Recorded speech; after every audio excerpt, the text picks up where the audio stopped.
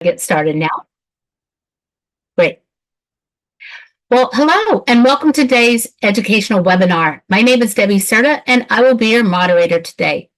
The Pinkbook Society is pleased to present WSET Info Session, Beer, Spirits, Wine, and Tasting Tips, hosted by the Napa Valley Wine Academy. You can ask questions at any time during the webinar by using the Q&A feature located at the bottom of your screen. Should you experience any technical difficulties, please send a chat message to today's host, Georgie or Michaela. We encourage you to participate fully and make the most of this session. This session will be recorded, and the recording will be available to Pinkbook members at a later time. A link to past webinars can be found at the bottom of your Pinkbook member Compass page. As a reminder, when you leave the webinar, a survey will pop up. Please take a moment to fill it out. Your feedback is essential in helping us provide the educational offerings you want. Additionally, as a reminder, the Pinkbook Society is committed to providing a safe and welcoming environment for all. We all deserve to work and meet in an environment where we are treated with dignity and respect. All members and event attendees are expected to treat each other appropriately. Pinkbook Society will not tolerate discrimination or harassment in any form. With that, I would like now to introduce today's speakers, Liz Piernot, Spirits Educator, Denise Harrison Brown, Wine Educator, and Stephen Staples, Beer Educator. I will now turn over to presenters. Liz, the floor is yours. Good evening, good afternoon, depending on what time zone you're in. My name is Liz Piernot. I am the head spirits instructor for Napa Valley Wine Academy. Just a quick note to everybody else on the panel, the chat is disabled, so they can only use the Q&A feature. I don't know if that's something we want to be able to get fixed. So, okay, a little bit about Napa Valley Wine Academy. Napa Valley Wine Academy, we've been around for a while. We are the largest WSET course provider in North America. And we have actually won, not only are we the largest, but we are the best one out there. And we have won the best global educator twice from WSET. Not only do we offer the WSET courses, we also offer a lot of different specialty courses, wine trips, other information, master classes, and whatnot. Some of the specialty courses that we offer are a Wine 101 foundation course. We also have some very specific region courses, like if you want to head to our next slide, Wines of Georgia. We have an American Wine Expert program that we do with Peter Marks. We have an official training with the Champagne Specialist course for a Champagne Educator. So while we offer WSET courses in other courses online, we also do offer in-person learning. We do have our campus in Napa Valley, and then we also have location in Tampa, Nashville, Bardstown. We offer our spirits courses in Bardstown, Kentucky, and then we also are in Santa Barbara at Buttonwood Vineyards, Los Angeles, Denver, and then, of course, online. And I'm going to go ahead and head this over to Desiree to talk a little bit about the WSET program. Desiree, you're muted. Hi, everyone. I'm excited to talk about the WSET. It is a global leader in wine education, and it's been around since 1969. So really some history there in terms of beverage education. It is offered in 77 different countries and in 19 different languages. So accessible to you wherever you are, whatever language you speak, you can take part in WSET. What's great about the WSET is that they provide training and accreditation that go beyond just giving you a book and asking you to read it, study it, the rote learning, and taking an exam. You are going to get training and build that tasting confidence so that you have a strong foundation in wine education. You will be able to apply your knowledge, whether you are taking WSET courses for your own pleasure, or if you are taking it in a professional level, you will gain the experience and the confidence to engage with wine on a different level. They also partner with educators and industry professionals to develop the courses to ensure that they are job relevant and that you are getting the necessary skills to succeed in whatever role in the industry that you have. So, such a really well-rounded program.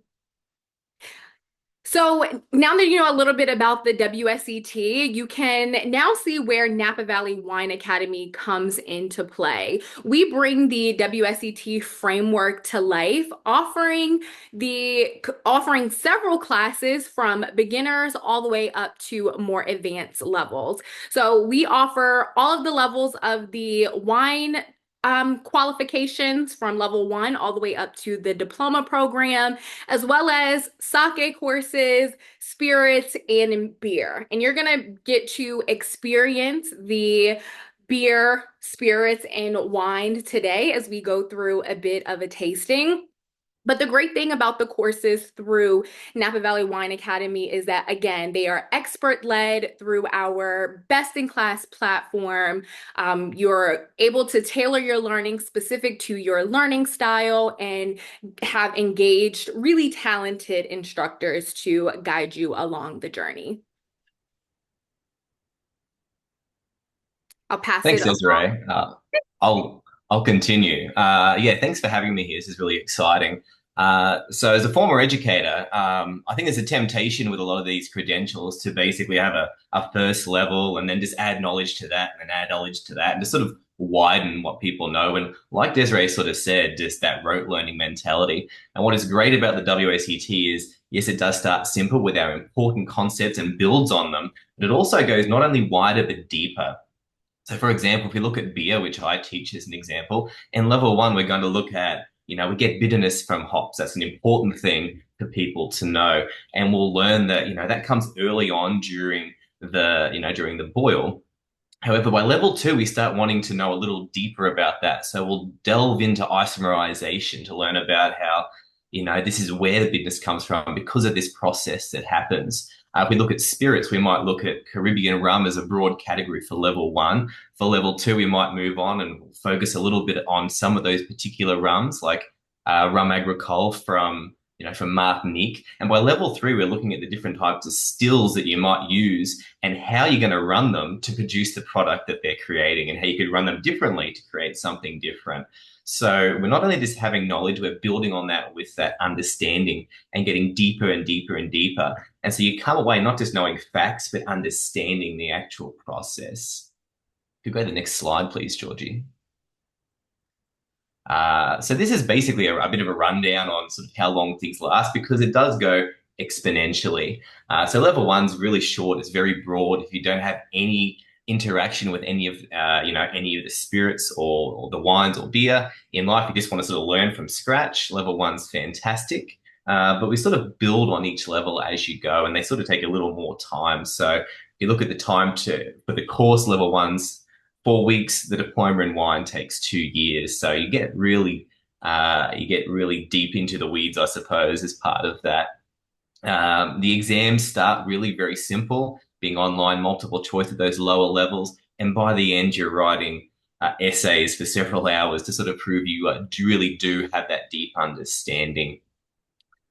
So yeah, they build on each other and work together to really expand people, both widthwise and I suppose deeply as well. Can we get the next slide again? Liz, I'll let you take over and talk about the benefits a little. And you're muted. Thank you. There are a lot of different benefits for your career by going after WSET certification. And a lot of times, when I'm talking to students that are interested in courses, whether they're looking for a career change or they're trying to move up in the industry, truly what I end up finding is when you show an interest in whether it's wine, beer, spirits, sake, whatnot, and you've shown some interest in this and you've gone after WSET education, it really does help bring your resume to the top of the list. Usually this has you having at least a phone call and coming in for interviews. It really shows that you understand the industry basics and understand the industry terminology when we're talking about different wine or spirits or beer.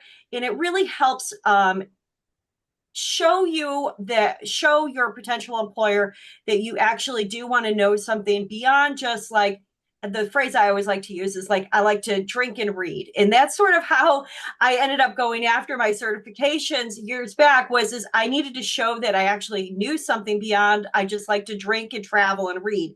And this is something that definitely this does. And WSET very much has turned into the industry expectation for wine, definitely for spirits. And it's something now that people are looking at for beer because they know very clearly if you've passed level 1 of these certification programs, they know exactly what level of information that you have. If you've passed level 3, you can clearly explain production and you can walk into pretty much any grocery store and pick up a bottle of wine or any wine retailer and be able to explain what that is going to be tasting like and what's going on, processes were used to make what's in the bottle. So truly it's about helping you get your foot in the door. It helps build that resume. It very much helps students be able to land those interviews, and the best way I would put it is if you've got two people applying for a job, very similar resume backgrounds, and one has WSET certification and the other one does not, the WSET student generally ends up getting the job. And it really does help you build that confidence and credibility when you are talking about whether it's a beer or a spirit or wine. And it really does help build that network. So it's very much internationally recognized. As we had said, I believe it's taught in 77 different countries. And truly, when you're talking to people in the industry, it's unbelievable how many times people are saying they're looking for people with WSET certification. And I even now have employers who are specifically requiring it of their staff to go after it. Yeah. I do see a question in the chat of, do I have to pass level 2 to take level 3? How do I know which level I'm at?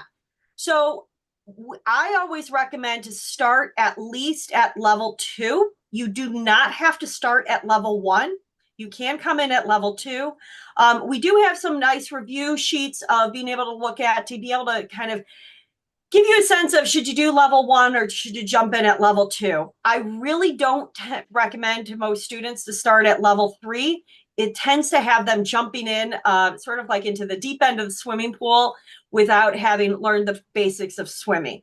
It really helps to have that level 2 foundation, being able to understand the terminology that they're using, and especially regarding tasting and the systematic approach to tasting, because it is so specific and you are required to follow that to pass your level 3, no matter if it's wine or spirits or sake. Desiree, I think you had a comment you were about to make, and I'm sorry if I...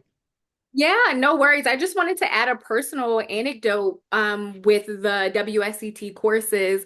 I am a career changer. Before working in wine, I worked in another industry, and it was definitely WSET that gave me the confidence to talk about wine and even feel like I could show up to an interview having no wine experience. So just to piggyback off of what Liz said, she's totally right. It definitely will give you the confidence, but show your employer, your potential employer, that you have a good foundation of wine knowledge.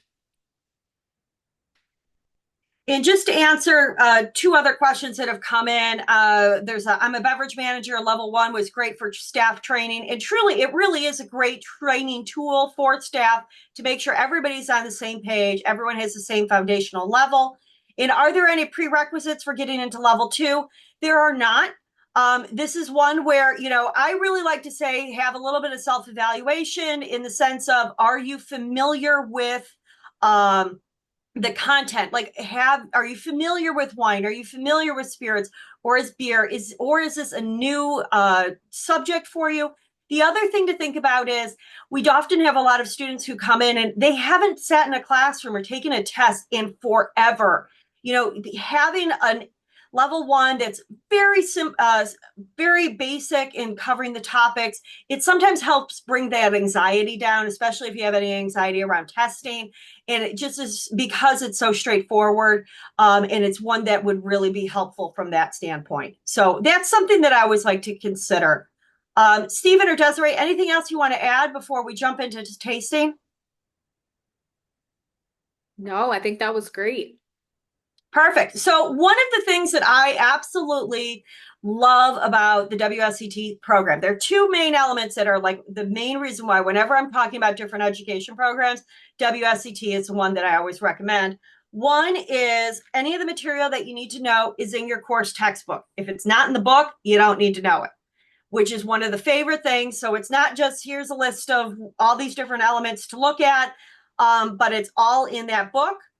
So I always tell students, go back to the book. If it's not in the book, you don't need to know that material.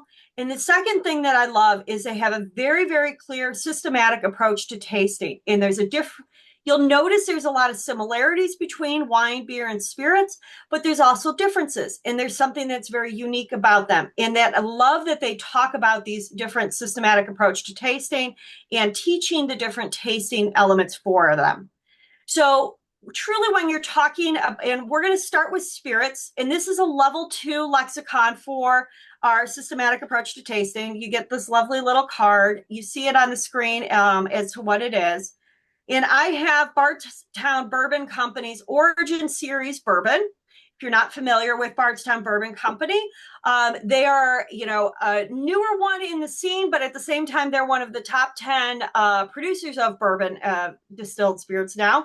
And they're making some really amazing bourbon coming out of Bardstown. And one of the things that I love the most about Bardstown, not just their collaborations that they do with other wineries, distilleries around the world, but also the absolute transparency that they do. And on the side of every label, it says exactly the source of where the whiskey is coming from, and then the recipe or the mash bill of what's going into it. And I absolutely love that about it. But regarding the systematic approach to tasting, you'll see up here at first, we're talking about the appearance. And one of the big things we talk about when we're talking about spirits, while we do want to look at what the intensity of the color is and the color itself to identify, one element we talk a lot about with spirits is color can be adjusted so easily in that post-maturation world, whether you're adding color or taking it away. So while we talk about color, we do a quick call and move on because there's so much more we can talk about beyond that in the world of spirits because of so much can be manipulated. So my color for my Bardstown Bourbon Origin Series is going to be just pale amber. And medium amber. This is one that is your larger bourbon producers are almost always going to be medium amber. On the nose, we do talk about if there's any faults, whether it's clean or unclean. The intensity is going to be something you'll see over and over again here, where we'll be talking about how much you're able to pick up the positive flavors and aromas. Neutral, this is going to be reserved for high distilled spirit, which is going to be in particular vodka, because you are going to be having that distilled to that 95 or 96%, and you're really struggling to pick up aromas and flavors. Though otherwise, we're really talking light, medium, or pronounced intensity. And the way I look at it is with pronounced intensity, you pick your glass up off the table, and it's jumping out at the glass at you. You can pick up those aromas. The one I like to think about is anything that's smoky or peaty, so like mezcals or especially peaty single malt scotches. You really find those elements in there where they're very pronounced and they're jumping out of the glass. Medium, you start moving the glass towards you, you're able to pick up those positive aromas. And light, you're almost shoving your nose into the glass. That's where you're looking for it. So for here, it's medium. And then our different aroma characteristics, one of the things we really like to talk about with spirits are looking at those raw materials, that processing, and that oaken maturation. And especially if you're newer to tasting and you're struggling to identify those different aromas and flavors, thinking through this process really helps. So this is why I pulled the Bardstown. It says on here what the mash bill is. This is 60% corn, 36% rye, and 4% malted barley. So what aromas would I expect if you want to head to actually 2 slides down? We pull out those one more. There we go. And then, so we're talking corn. So we're talking that butterscotch, sweet corn, cornbread. Am I finding those aromas in this glass? Next, we have 36% rye. So in my rye raw materials, what am I finding? Am I finding rye bread, gingerbread, peppercorn, allspice? Yes, I'm finding a lot of those. I'm finding much more of that gingerbread and that allspice for the aromas. And we have just a teeny tiny percentage of malted barley going on here. So under the list, we have husk, porridge, barley, malt, flour, oatmeal. Not really picking those aromas up here. Again, this is, I want to say 4% malted barley going on here. So that doesn't necessarily surprise me. And then continuing on, thinking about your processing. Am I picking up any esters through with the yeast that was utilized? Could I potentially be finding banana or floral or pineapple or mango? I'm definitely finding that banana and apple in the nose. And then for oak and maturation, we're talking bourbon here, so it's required to be in a new charred oak container. And I know they use barrels, and on the bottle it even says this is 6 years old, so it's definitely got some oak age going on here. So we're looking for the vanilla, the toasted bread, the cedar, the spice, the sherry. Would you find all of those? Not necessarily, but I'm definitely picking up that vanilla, that coffee, not really getting those coffee notes, but some nuttiness going on, that cedar. Not really finding anything more in that aged and rancio character of the tobacco or leather, but you're starting to find those different elements. But one of my favorite parts, and Georgie, if you don't mind going back to 2 slides, is when we're talking on the palate, is we have 2 elements that are very unique when we're talking spirits. So we're not just listing off different aromas and flavors. We're really looking at the structure of the spirit. So one, we're talking about sweetness, and that's the actual sugar in the glass. And one of the reasons why I picked my bourbon is because while bourbon has these wonderful aromas and flavors of caramel and vanilla and butterscotch, it's a dry spirit. So it's one where, when we're talking about sweetness, we're really truly looking at that amount of sugar going on in it. So it's still going to be a dry spirit. When people like to call bourbon a sweet spirit, really sweet spirits are your liqueurs, your Irish creams. Those are going to be that high level of sweetness going on. Otherwise, we're really talking with whiskeys, they're going to be a dry spirit. We're not talking flavor whiskeys. We're talking dark straight whiskeys here. So that's one thing to think about. The other element that I really like to talk about is the texture. How does it feel on the palate? And you really, especially when you start moving into even level 3, you basically write a story of how it feels on the palate in the beginning, middle, and end. But for level 2, we start with just how it feels overall. Is it rough? Is it smooth? Is it watery? Is it mouth-filling? And if you want to head to the next slide, Georgie can show you even some more. Is it sharp? Is it mouth-filling? Is it smooth and silky? Is it watery or thin? So especially bourbon, you generally tend to find that it's going to be mouth-filling. You generally find it's going to be warming. It doesn't tend to be watery or thin. Bourbons be sharp or harsh or rough? Yes, they can, especially when we're talking our cask strength, and especially some of these very, very high proof spirits that are out there nowadays. You can actually even talk about bitterness a little bit, especially if it's something that's been aged for an extended period of time. But these are sort of the different elements that when we're talking about tasting that we pull into. And then we do end up going back to what's the flavor intensity. We kind of pull from there. What flavors are we picking up on the palate? Are they the same as on the nose, or are they finding more? Generally, you are able to find more on the palate just because of the warming sensation in your mouth. You are able to pick up more flavors from there. We also talk about on the finish, how long the spirit lasts. How are you able to consume the spirit and then it's lasting? The flavors drop off right away, or are they lasting for a little bit or a very long time? You've got those different elements that go into it. And then also the nature, and we're talking about how many different aromas and flavors. Are we talking about a spirit that's going to be simple or some complexity or very complex? And all of these elements then help you come to a conclusion You're going to notice our conclusions are going to be in our conclusion drives our quality level. And this is going to be very similar between beer and wine and spirits when we're talking about quality level, because we're trying to move past that I like it or I don't like it. And the way I like to think about it is, a lot of people like to hate vodka, for example. Whether you like vodka or you hate vodka, if you work in a bar or in a liquor store, you have to have vodka for sale. And being able to identify whether this is a good vodka or a bad vodka, and based on the price point and quality, is something that's important for people in the industry.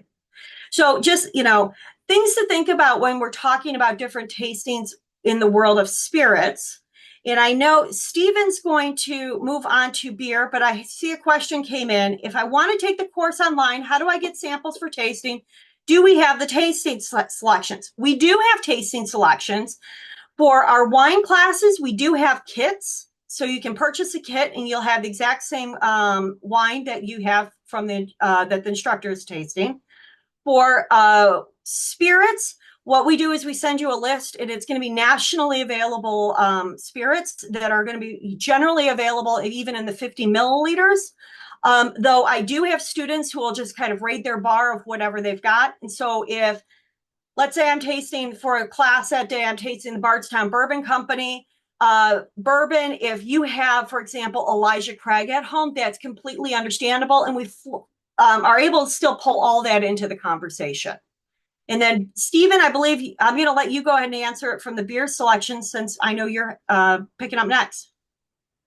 Yeah, again, where possible, I try to suggest beers that I know are going to be available, hopefully in all 50 states. But I'm pretty flexible as far as if you don't have something, that's fine.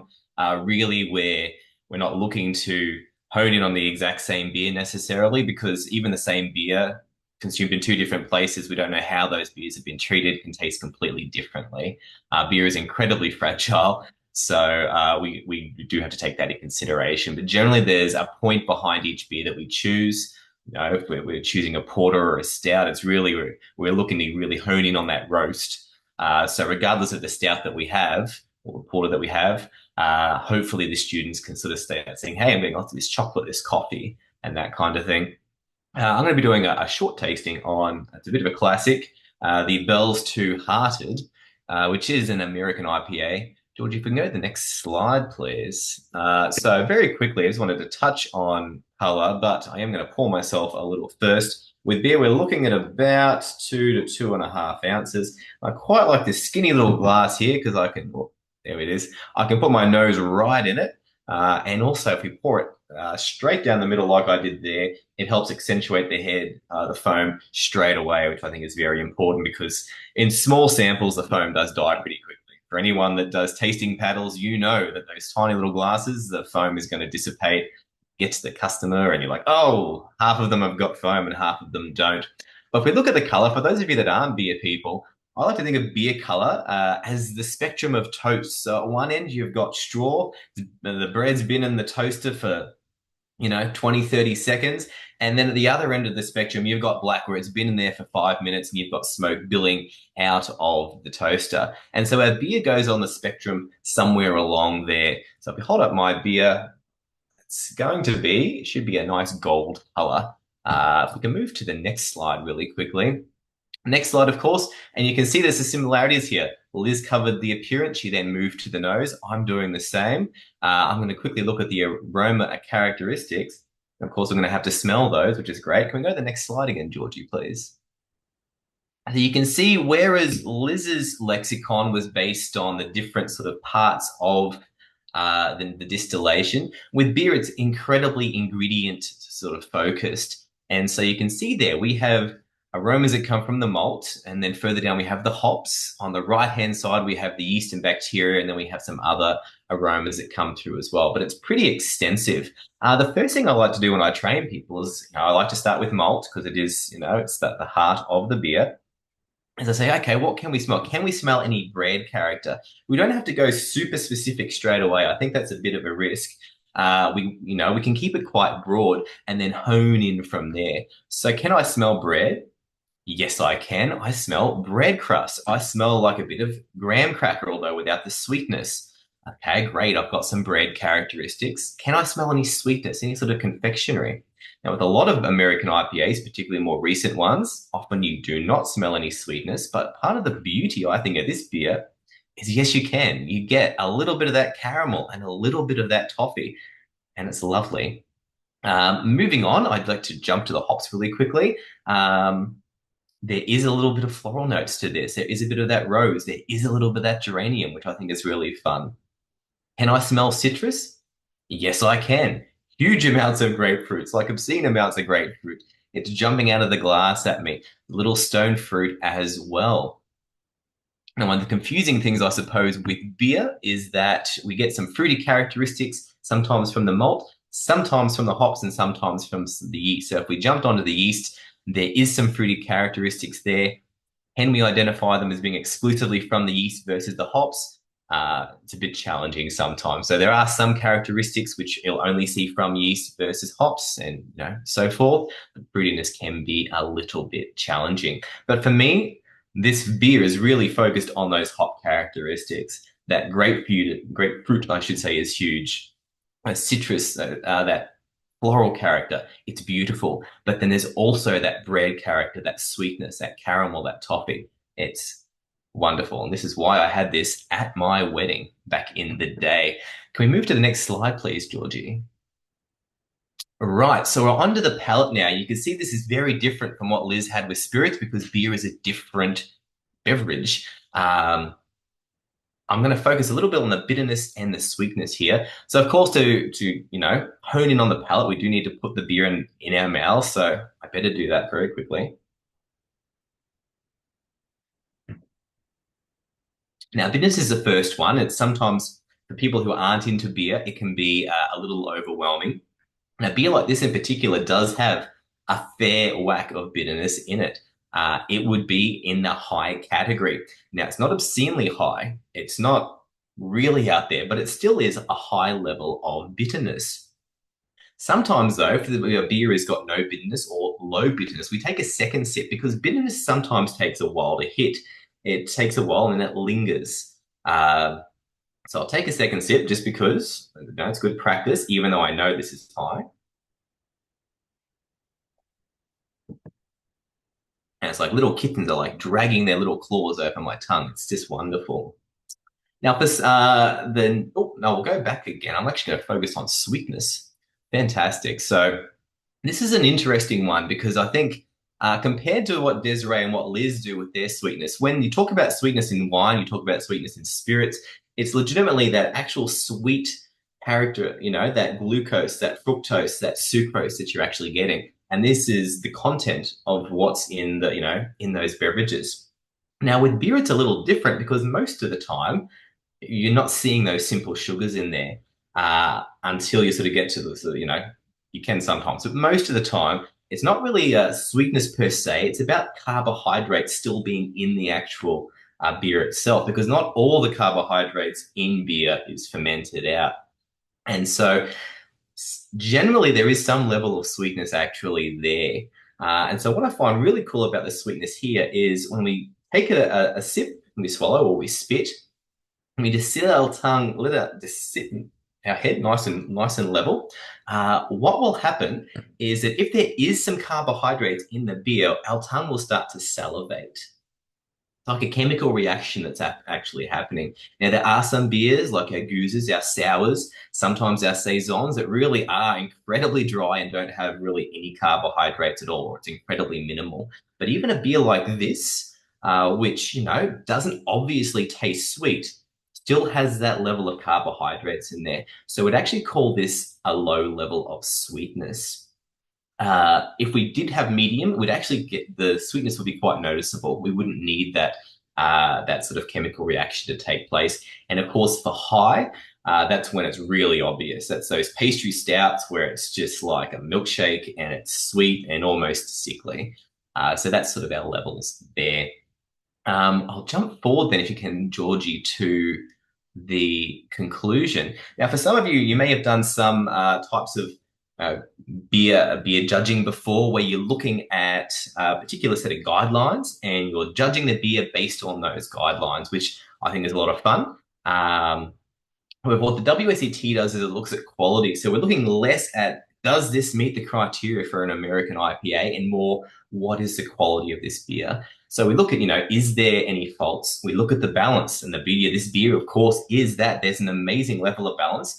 And I think the beauty of it is actually that malt character, which comes through and stops the beer from being super, super over the top bitter, and balances out all those beautiful grapefruit and floral notes.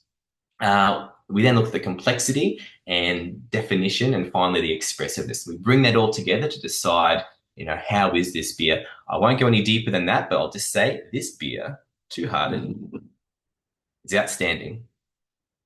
There it is. Don't think it showed up, but anyway. Desiree, I'll let you take over and you can discuss wine.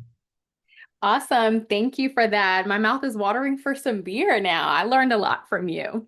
So I'm going to be talking about the WSET Level 2 tasting, and I am tasting Bola. It is a Chianti, so made from the Sangiovese grape. This is a producer that's been around for a long time. This is more of their entry-level selection. So with the WSET Level 2 systematic approach to tasting, or SAT, it's split up into 3 parts, very similar to the spirits in the beer. We start off with the appearance, and for the clarity, we're just making sure that the wine looks clear. There's nothing floating around in it. It doesn't look hazy. Of course, there are some producers that don't do any filtering or fining, but for the purposes of the course, we usually will look at any of that haziness as a fault. So this wine is clear. And then we also take a look at the intensity and the color. These can start to give you some hints about what the grape variety might be, but you would never want to look at it and determine the intensity and color and make a, guess about what the wine might be. In fact, you don't even need to do that for the Level 2 or the Level 3 exams. So for this wine, it is medium in intensity. I'm using my SAT card that comes with the course to hold it behind the glass to really just take a good look at that color. It's medium in intensity with a ruby color. And this is a 2023 vintage, so a pretty youthful wine. When we are looking at the color of a wine, we are going to expect for our young wines to fall more on that ruby purple section. As a red wine ages, eventually it'll be garnet, showing a little bit more brown, tawny, and then eventually your very, very old wines are going to show brown in the glass. So that covers our appearance. And now we move on to the nose, where we check the condition just like we did for the appearance. We're making sure that no obvious faults are jumping out at us. With the Level 2 coursework, you do have to be familiar with some common faults. So if it smells like nail polish remover, or if it smells like wet newspaper, that could be a sign of cork tank. So we're just double checking that the wine smells like wine. We'll also look at the intensity, and very similar to Liz going over the spirits, we're thinking about how much those aromas are jumping out of the glass. So I like to call it the chin trick. You kind of just have it chilling at your chin. You're not really digging too much into the glass, and you're seeing, are those aromas jumping out of the glass? For me, this wine is not jumping out of the glass. I don't feel comfortable going through the rest of the aromas with it just chilling here. I feel like I really need to get my nose in the glass to pick up on those aromas. So that puts us at a medium intensity. If my nose was deep in the glass like this and I was still struggling, the aromas were really faint, then we'd put that more in that light intensity. So we've covered the condition and the intensity, and now we can get into the fun part and talk about what exactly we are smelling. So that'll bring us to the next slide, which is the lexicon, which gives you some aromas and flavors to choose from. This is not an exhaustive list. You'll probably be familiar with other fruits and vegetables and aromas that could possibly show up in a wine, but we always recommend that you sort of stick to the WSET level that you're at, so that we're speaking the same language. You want to use the material that they're given to at least start off with your tasting note. And this continues to become more robust as you increase in the WSET levels. So in smelling this wine, we're not drinking this blind, and it's a really good practice to not taste your wines blind so that you are getting familiar with the theory, putting that theory together with what exactly is happening in your glass. So this is Sangiovese. I'm going to be expecting a lot of red fruit, some herbal notes, and that's exactly what I picked up on in this wine. I'm getting a lot of red cherry, some raspberry, some plum. There's a little bit of an herbal note to it, like some dried herbs and maybe some black pepper as well. So that covers our primary aromas. These are aromas that are coming from the grape variety, and it's coming from the fermentation. Chianti is a wine that's made of Sangiovese primarily, so we've got our primary aromas. We'll move on to the next just to take a look at this. Secondary and tertiary aromas are important to consider. Our secondary aromas come from any choices the winemaker did. So if they put it in oak and you were picking up on vanilla and spice, that would be covered. And then finally, tertiary aromas come from maturation and aging. So for this wine here, I didn't pick up on any secondary or tertiary notes.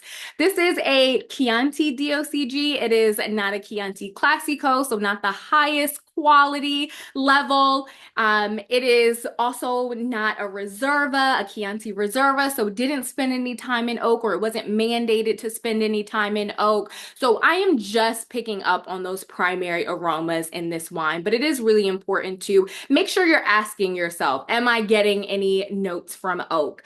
If it were a white wine, were you getting any notes from like butter that came from choices of the winemaker? We'll go on and talk about the palate. So this is set up again, very similar, very systematic in analyzing this wine. Sweetness is a very important aspect to consider, a structural aspect. And I'll say most of the wines are going to be on that drier end of the spectrum, but of course you would go in and taste this, which I have.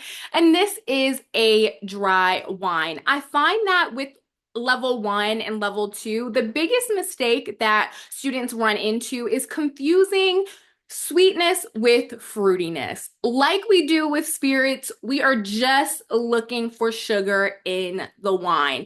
If the wine is fruity, but you are not picking up on perceptible sugar, then you're gonna call it dry. If you are tasting sugar, you get that sweetness on the palate, then you would have to make a selection to get precise. So is it a little bit of sugar, just a touch off dry? Medium is a bit more sweet, and then we reserve sweet for those wines that are you would pair with dessert. You might even call them a dessert wine. So a port would be considered a sweet red wine. Acidity is really interesting to look at, especially in Sangiovese. This is a wine that is known for its high acidity, and we assess that by looking for the mouth-watering sensation. This is always fun for me to do. I recommend that you take a sip of the wine, hold your head down after you either spit it or consume it, and just focus on that mouth watering. I'm not going to do it here. Actually, I will. I'll do it here. So you take a good sip and hold your mouth down. If I didn't lift my head up in that second, I probably would have, look, I'm getting caught up on my own saliva. That is because this has high acidity. My mouth is watering quite a bit, and that's what we're looking for high acidity. Low acidity, you wouldn't get nearly as much of that mouth watering sensation. Tannin is another important structural characteristic, and we only look at this in red wines because they are fermented on the skins of the grapes, and the skins are where we get the lovely color in this wine, as well as the tannin in the wine. So this is at a medium level of tannin with a Chianti Classico, or one that has spent time in oak, so a bit higher quality. You might expect a higher level of tannin.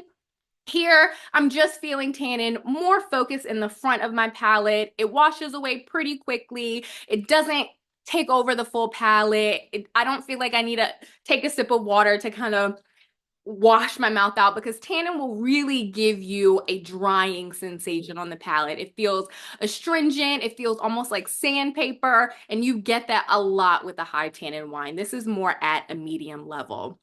We also cover some other structural characteristics that are important for wine. I won't go over these in detail, but this is a medium level of alcohol, not getting too much burn, medium body. The flavor intensity is also medium. And then we also talk about those flavor characteristics. Use your nose and your palate in conjunction. So when you go and taste this wine, you can try and confirm all of the lovely red fruit aromas that you were smelling, but you can also determine if there's something that you weren't picking up on the nose and see if you need to go back and make any adjustments to the aromas that you wrote. We'll go on and look at the final part. Oh, we don't have the final part here. We also talk about quality at level 2.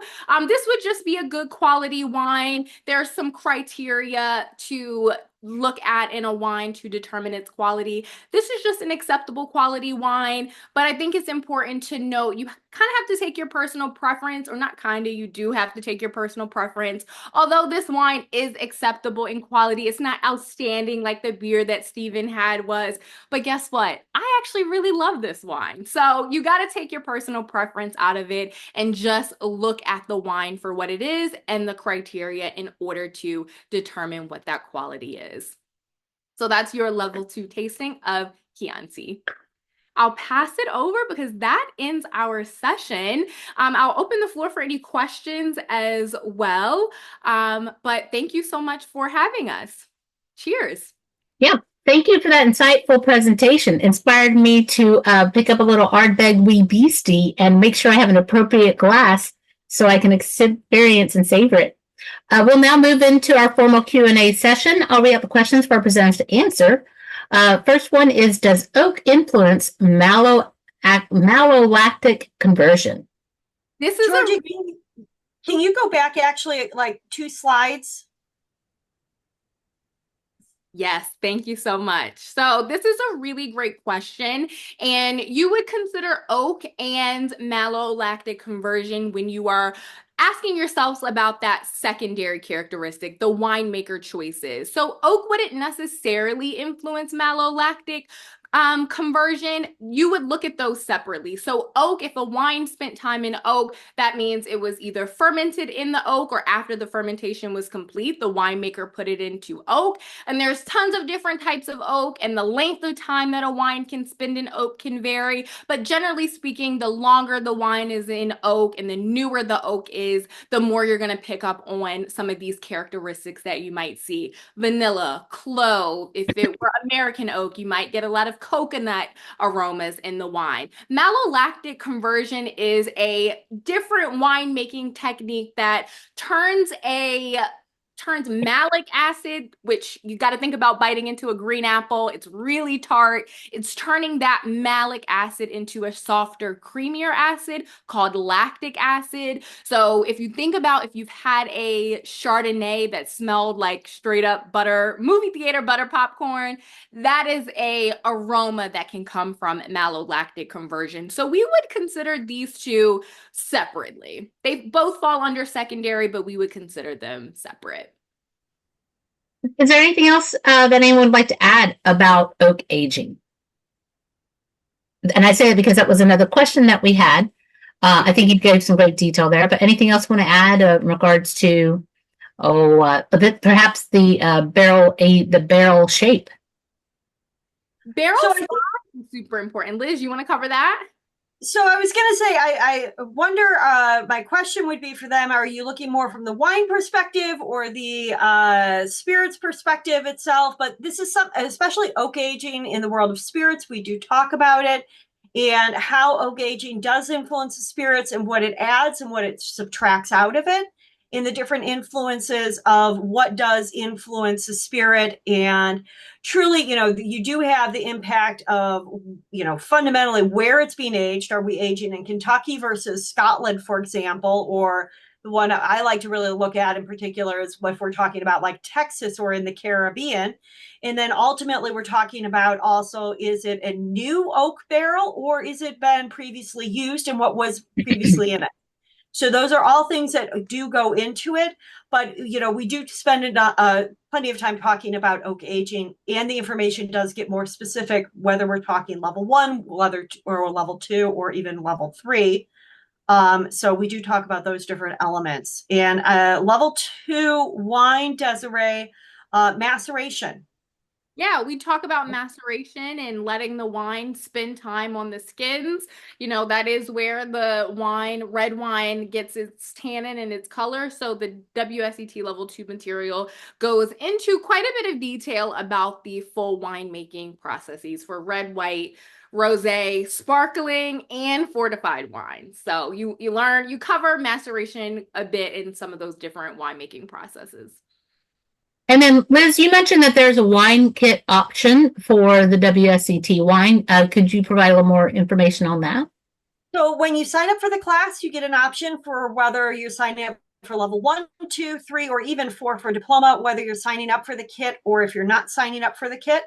And if you sign up for the kit, it will come with a set of 6, 12, or it varies based off of what course you're taking as to how many wines are going to be in those kits. And they show up in there in little bottles, and then you don't have to worry about going out and sourcing the wines. If you are not able to get the kit because you're international or in a state that we cannot ship to, but what we do then is we give you a list of the wines that you are going to be tasting. And so, for example, like what Desiree was saying, while the class might be tasting the Bolla Chianti 2023, and she'll say, that's the wine that she's going to be tasting, as long as you get a Chianti, that's what we're looking for. And I would say, the biggest thing, these are going to be things that are going to be generally fairly available. So it's not going to be something that you generally would have to go and specialty order or really look hard to find. You're not going to be tasting old Bordeaux's, for example. Amanda said she ordered a kit with their course. And when does it arrive? The kit arrives when the course starts. And it'll typically arrive before the first webinar. The shipping is set up. So even if you signed up for a specific date, if it's not there on the day that the class starts, it's going to arrive before we're tasting together in class. Great. So we have time for about the last 2 questions. Next is anyone planning on attending the SomCon in San Diego next month? Would you recommend for students to go to that event?